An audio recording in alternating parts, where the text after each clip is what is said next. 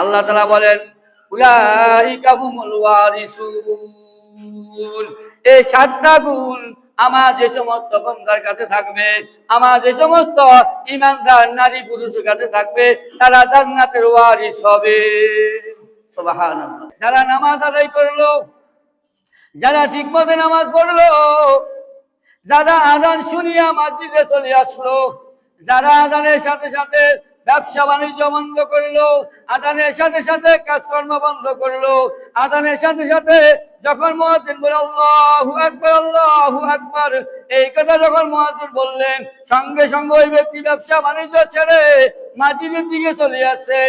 আল্লাহ বলেন ইন্নাল আসহাবাল জান্নাতিল ইয়াউমা ফি শুগুলিন ফাকিহুন। আল্লাহ বলেন যারা নামাজ আদায় করলো, যারা এই 7টা গুণে গুণান্বিত হলো, তারা থাকবে জান্নাতে। আর যখন তারা জান্নাতে যাবে, তখন তারা আনন্দে মাতোয়ারা হয়ে থাকবে। নামাজিরা আনন্দ করবে জান্নাতে, আর বেনামাজিরা হতভাগা হইয়া দুর্ভাগা হইয়া জাহান্নামের দিকে চলে যাবে। একই এলাকার মধ্যে বসবাস করি, একই জায়গার মধ্যে বসবাস করি, একই বাজারের মধ্যে উঠি, একজন অপরকে চা খাওয়াই, একজন অপরকে দাওয়াত দিই, কিন্তু হাসরের ময়দানে কেউ যাবে জান্নাতে, আবার কেউ যাবে জাহান্নামে।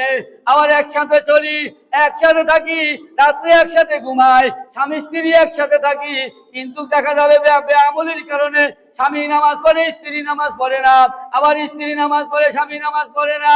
আল্লাহ বলেন যেই স্বামীও নামাজ পড়ে, স্ত্রীও নামাজ পড়ে, যেই স্বামী এই 7টা গুণে গুণান্বিত এবং যেই স্ত্রী এই 7টা গুণে গুণান্বিত, তারা কাল হাসরের ময়দানে একত্রে একসঙ্গে তারা একসঙ্গে একত্রে থাকবে জান্নাতের মধ্যে।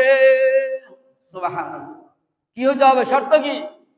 স্ত্রীও নামাজিওয়ালা হওয়া চাই, স্বামীও নামাজিওয়ালা হওয়া চাই, স্ত্রীও পর্দাওয়ালা হওয়া চাই, স্বামীও পর্দাওয়ালা হওয়া চাই, স্ত্রীও বেহুদা কথা ছাড়া চাই, স্বামীও বেহুদা কথা ছাড়া চাই। এইভাবে যত আমল শরীয়তের বিধানগুলো আছে, স্বামীও যদি করে, স্ত্রীও যদি করে, আল্লাহ বলেন দুইজন জান্নাতের মধ্যে থাকবে। আল্লাযীনা হুম ফি সালাতিহিম الذين في صلاتهم خاشعون والذين هم عن اللغو معرضون। এটা 2 নাম্বার। এটা হলো প্রথম থেকে হিসাব করে 2 নাম্বার। যারা অনর্থক কথাবার্তা, বেহুদা কথাবার্তা, অপ্রয়োজনীয় কথাবার্তা থেকে বিরত থাকবে, এটা 2 নম্বর গুণ। মুমিন হওয়ার, জান্নাতের ওয়ারিস হওয়ার 2 নম্বর গুণ হলো বেহুদা কথাবার্তা, অহেতুক কথাবার্তা, অপ্রয়োজনীয় কথাবার্তা, বিনা প্রয়োজনীয় কথাবার্তা থেকে যারা বিরত থাকবে, তারা জান্নাতের কি হবে? ওয়ারিস হবে। উলাইকা হুমুল ওয়ারিসুন। তারা জান্নাতের কি হবে? ওয়ারিস হবে। ওয়াল্লাযীনা হুম লিয-যাকাতি ফাঈলুন। 3 নাম্বার হলো যারা মালের হিসাব করে যাকাত আদায় করবে, যাকাত দিবে। মালের হিসাব করে যারা যাকাত দিবে, সে কত টাকার মালিক হলো, ওই টাকাগুলো হিসাব করে যে সমস্ত মুসলমানেরা, নারী পুরুষেরা হিসাব করে যাকাত আদায় করবে, ওই ব্যক্তিও জান্নাতের ওয়ারিস হবে। ওই ব্যক্তিও জান্নাতের কি হবে? ওয়ারিস হবে। এখন আমাদের যতটুকু মাল, আমরা মালিক, আমরা টাকা পয়সার মালিক। রমজান গেছে, রমজান আসবে, আমরা গত রমজানে আমার মাল হিসাব করে আমি যাকাত আদায় করছি 40,000-এ 1,000 টাকা, 1 লক্ষ টাকাতে 2,500 টাকা। হ্যাঁ, যদি আমি আদায় করে থাকি তাহলে আমি ওই গুণে গুণান্বিত, আর যদি আমি আদায় করতে না পারি তাহলে আমি এই গুণে গুণান্বিত নয়, আমি জান্নাত ওয়ারিস হতে পারবো না। আনতাজুল ইয়াউমা আইয়ুহাল মুজরিমুন। এই কথা বলে আল্লাহ তাআলা আমাকে আপনাকে এই সমস্ত বেআমলি যারা এই আমলগুলো, কাজে আমলগুলো করে না, তাদেরকে কি করবে? দূরে সরাইয়া দেবে। আল্লাহ যদি দূরে সরাইয়া দেয়, বাঁচার কোনো উপায় আছে? বাঁচার কোনো উপায় আছে? হ্যাঁ, ওয়াল্লাযীনা হুম লিফুরুজিহিম হাফিজুন। আল্লাহ বলেন 4 নম্বর গুণ হলো নারী এবং পুরুষ নিজের লজ্জাস্থানকে হেফাজত করবে। নারীও লজ্জাস্থানকে হেফাজত করবে, স্ত্রীও লজ্জাস্থানকে হেফাজত করবে।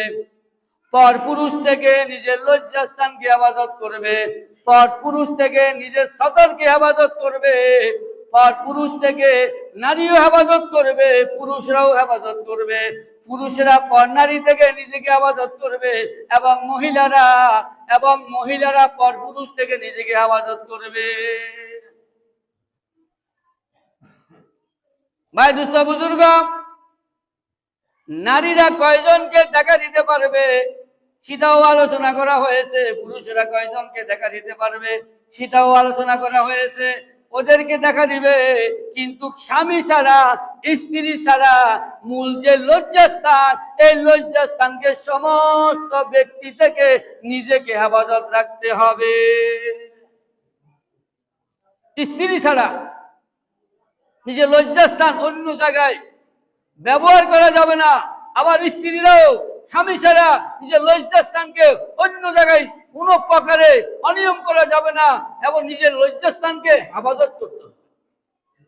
যদি পারে, পুরুষও যদি পারে, নারীও যদি পারে, আল্লাহ তাআলা বলেন তারাও জান্নাতুল ফেরদাউসের ওয়ারিস হবে।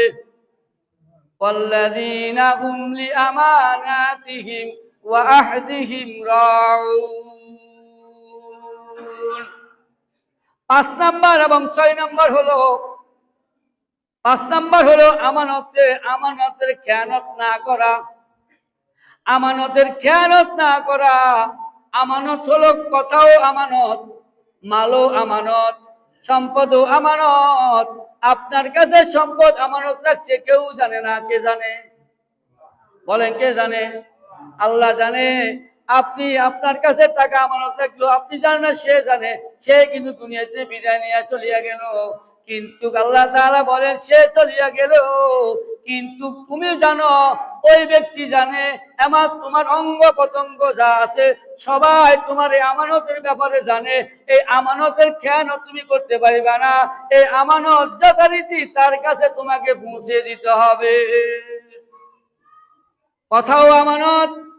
আপনার কাছে একটা কথা আমানত রাখলো ভাই, ও বন্ধু, ও দোস্ত, আপনাকে বিশ্বাস করি আমি আমার একটা গোপন কথা আপনার কাছে বললাম। খবরদার, সাবধান, এই কথাটা আপনার কাছে আমানত রইল। আপনি এই কথাটা কাউকে বলবেন না। এটা আপনার কাছে আমানত। আপনি ওয়াদা দিলেন, ঠিক আছে, আমি কাউকে বলবো না।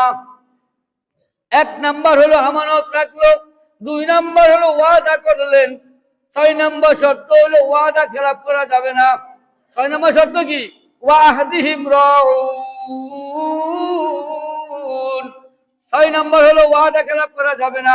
5 নাম্বার হলো আমানত খেয়ানত করা যাবে না।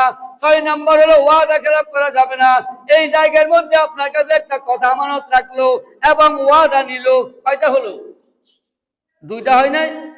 আমানত রাখছে, আবার ওয়াদাও নিছে, কাউকে বলতে পারবেন না। যদি আপনি কাউকে বলিয়া দেন, তাহলে আপনি 2টা আমানতের খেয়ানত করলেন। 1 নাম্বার খেয়ানত করলেন আমানতের, 2 নাম্বার খেয়ানত করলেন ওয়াদার। তাহলে আপনি যে আল্লাহ তাআলা বলেছেন মুমিন সফল কাম হয়েছে, আপনি সফল হওয়া সম্ভব নয়। 7 নাম্বার হলো, যেটা আমি প্রথমে বলে ফেলেছি নামাজের সাথে, 7 নাম্বার হলো আপনাকে নামাজের যথারীতি সময়, যথাসময়, ওয়াক্ত অনুযায়ী নামাজ আদায় করতে হবে। আল্লাহ তাআলা বলেন উলাইকা হুমুল ওয়ারিসুন। এই 7টা গুণ আমার যে সমস্ত বান্দার কাছে থাকবে, আমার যে সমস্ত ঈমানদার নারী পুরুষের কাছে থাকবে, তারা জান্নাতের ওয়ারিস হবে। সুবহানাল্লাহ।